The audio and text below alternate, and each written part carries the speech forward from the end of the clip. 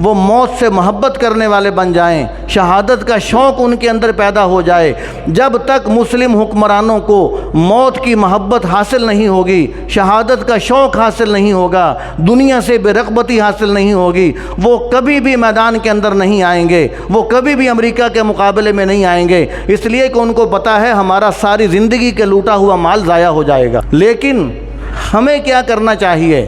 تو ہمیں یہ کرنا چاہیے کہ کم از کم اتنا ضرور کریں کہ ایک تو ہم دعا کریں اور استغفار کریں، اللہ تبارک و تعالیٰ سے معافی مانگیں کہ یا اللہ ہم عوام ہیں، ہم دعاؤں کے بغیر کچھ نہیں کر سکتے، ہمارے اختیار کے اندر کچھ نہیں ہے۔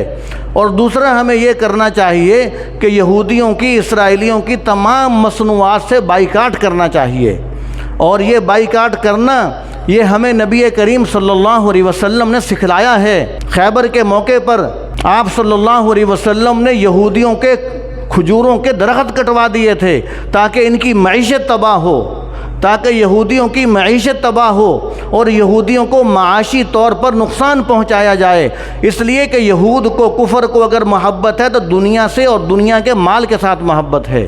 یہ مسلمان ہے جو آخرت کے ساتھ محبت کرتا ہے، تو یہود کو محبت دنیا کے مال کے ساتھ ہے۔ تو آپ صلی اللہ علیہ وسلم نے ہمیں یہ سکھلایا کہ تم یہود کی معیشت کو تباہ کرو۔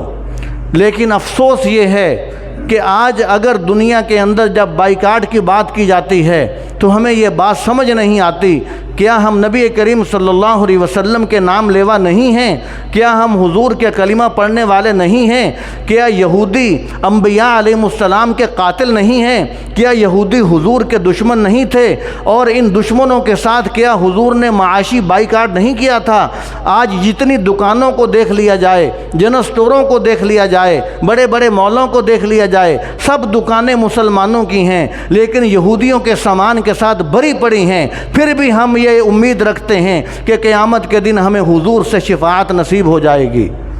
وہ اس مال کے ساتھ ہمارے فلسطینی بچوں پر ظلم ڈھائیں، اور آپ صلی اللہ علیہ وسلم یہ بائیکاٹ سکھلا کر گئے ہیں، اپنے عمل سے بتلا کر گئے ہیں، تو آج ہم مسلمان ہو کر اپنی دکانوں پر یہودیوں کا سامان رکھیں، اسرائیلیوں کو سامان رکھیں، ہم مسلمان ہو کر ان کا سامان خریدیں، اور ہم یہ سمجھیں کہ قیامت کے دن حضور کی ہمیں سفارش نصیب ہوگی۔ قیامت کے دن حضور کے پاس جہاں ہم ہوں گے تو وہاں پر کیا فلسطین کے بچے نہیں ہوں گے؟